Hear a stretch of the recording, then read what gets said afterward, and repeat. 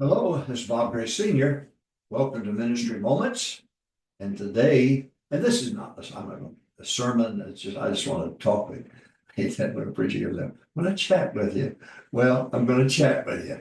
But I want to talk to you today about making adjustments in dealing with. I travel every week of the world and spend time in question and answer sessions and time along with pastors and try to give. After 53 years, I'm in my 53rd year. Somehow I'll learn something after a while. But I want to talk to you about making adjustments. There's two words you need to be aware of: the word change and the word improvement. I don't want, and I hear the word change loosely used a lot, but to change is like the law of thermodynamics. Leave everything alone, it'll all deteriorate. Live fish go against the stream, they go upstream. Dead fish go down. So I want to be going against the current, and I want to just improve and do better today than I did yesterday. I don't want to just not now. I'll help you define it a little bit better as we go in, get in this thing, but I don't want things to change. I want things to improve. So we're talking about making adjustments. So here we go. Are you ready? Numero uno. Number one, do not jerk the steering wheel. One of the worst things you can do, and it's sad, but pastors sometimes go to a conference and come back, change everything. And go to another conference, come back, change everything. And the poor people are sitting there saying, who are we this week? The fundamentals should never change. The basics should never, ever change. But when you see something you need to correct a little bit, don't jerk the steering wheel. Don't do it. Don't do it. Number two, make improvements slowly. When you see that you need to improve in an area, then do it slowly. Again, don't jerk the steering wheel. You may know where you're going, but the people don't. And you've got to lead softly. Well, House had a great sermon on that. Lead softly. You need to lead, but don't get so far ahead of them. When I went to Hauser College, oh man, I was part of the first 4-year class, 1976. I've been to college once, but I loved it. Oh, I loved it. And I remember coming home first week. Chapel was electric. It was electric. And it was wonderful.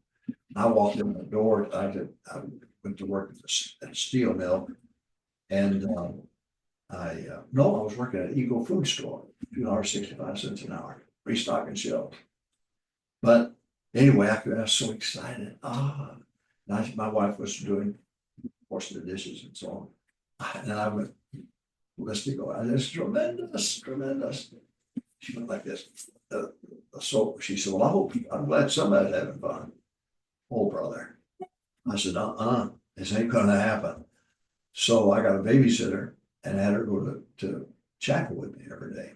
And after chapel, we had after chapel a class, and then I had to get ready to go to work. And so she found something to do, and she went to Mrs. Evans, Dr. Evans' wife at the time, and asked if she do something. She volunteered to help. Well, it didn't take long till Dr. Evans spotted her and work she was doing. He wanted her to be his secretary, and she did. She became the Chancellor College secretary. But I didn't want to get ahead of her. And so we were in the first D division of First Baptist Church bus ministry. And we took the whole family, went to Joliet, 80 miles away, but we all worked together. Later on, we worked in Gary, Indiana bus ministry, and we all worked it together as a family. So make improvements slowly. That's number one, do not jerk the steering wheel. Lead softly. Number two, make improvements slowly. Number three, brainstorm with leadership. Get the leaders together and brainstorm. Not about changing doctrine or changing the fundamentals. No. But talk how to improve. If you don't do anything, it'll die.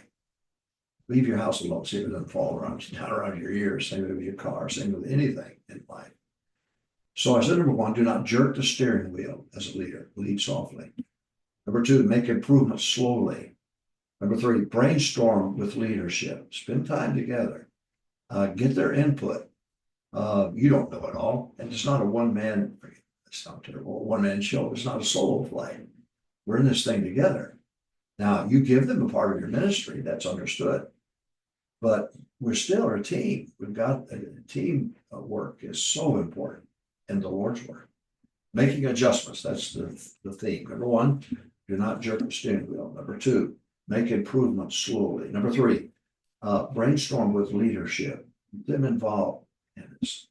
Number four, when you brainstorm, you want to list pros and cons. When we had the Soul Connect for 3 decades. After we did one, immediately the next week we sat down and said, what worked and what didn't work? I wanted to know right then what was fresh in our mind. We did that with a campaign, spring campaign, fall campaign, a big day. We would meet together. The world worked, what didn't work. And I asked Brother Howes one time, how often do you get your way with your staff? He said about 25% of the time.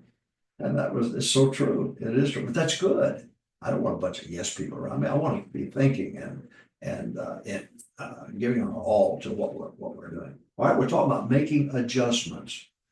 I want you to know the word change and improvement are two different words. You don't do anything, it'll fall down around your ears.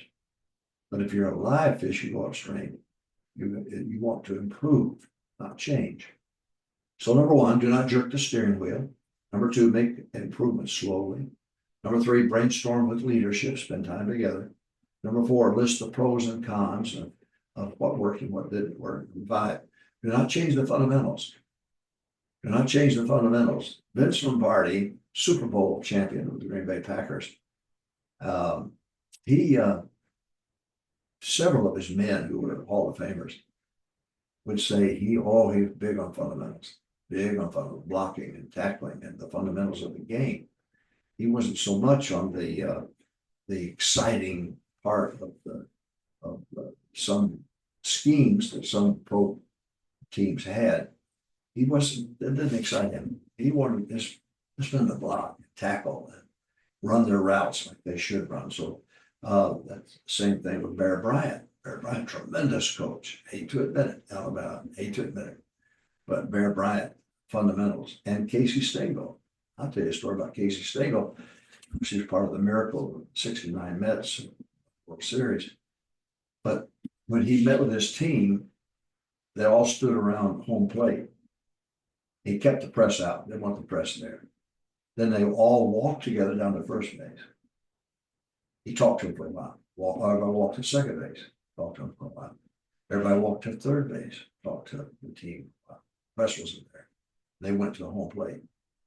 So when the press was allowed in, and they started asking the players, what in the world are we all doing?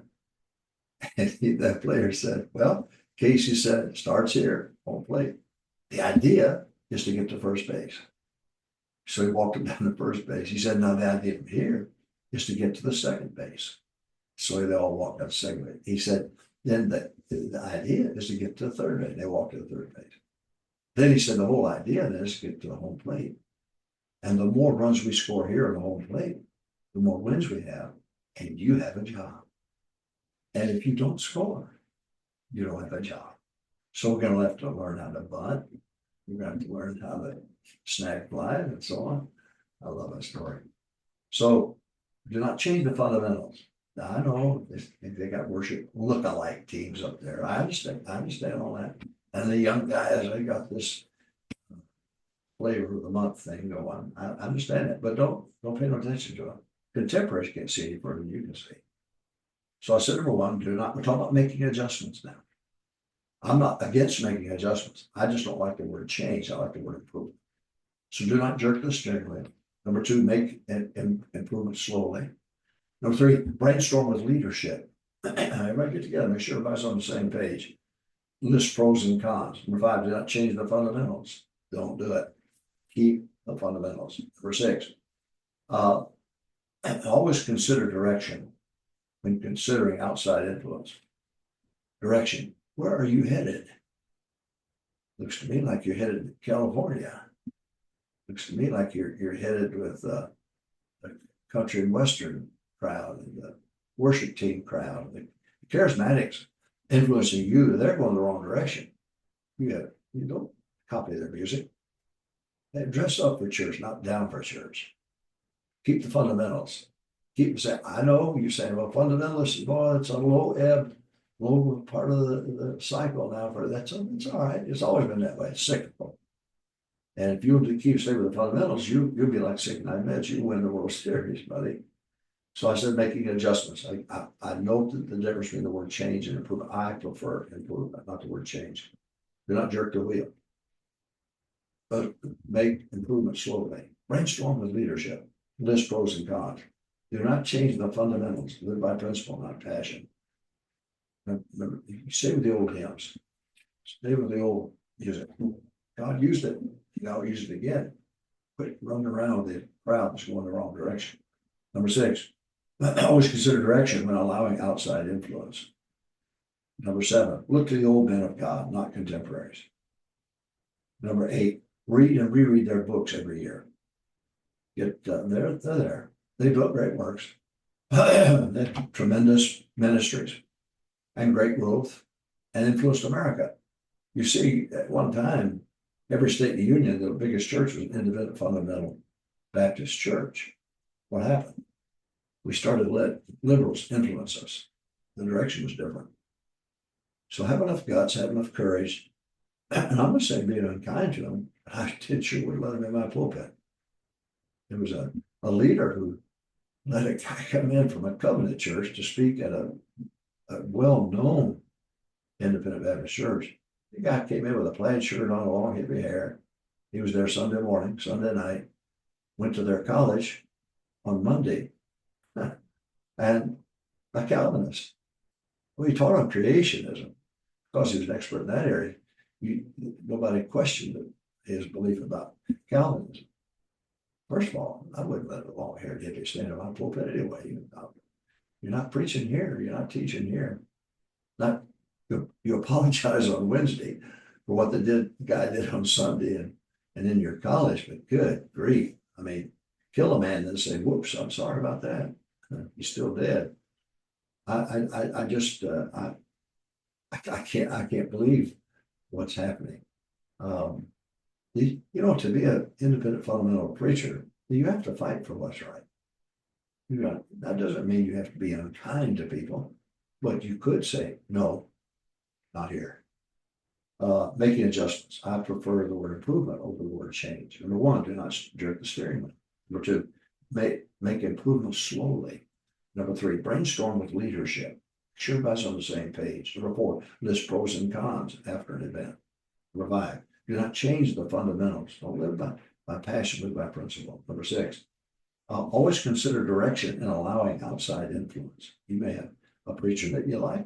You preach with him. You say, well, but then I want to know where he's going. I want to know what direction he's going. Number 7, look to the old men of God, not contemporaries. Not contemporaries. Number 8, read and reread their books. Well, that's my thoughts on making adjustments. I've had to make a lot of them. So much so I became a chiropractor. Anyway, that's a joke.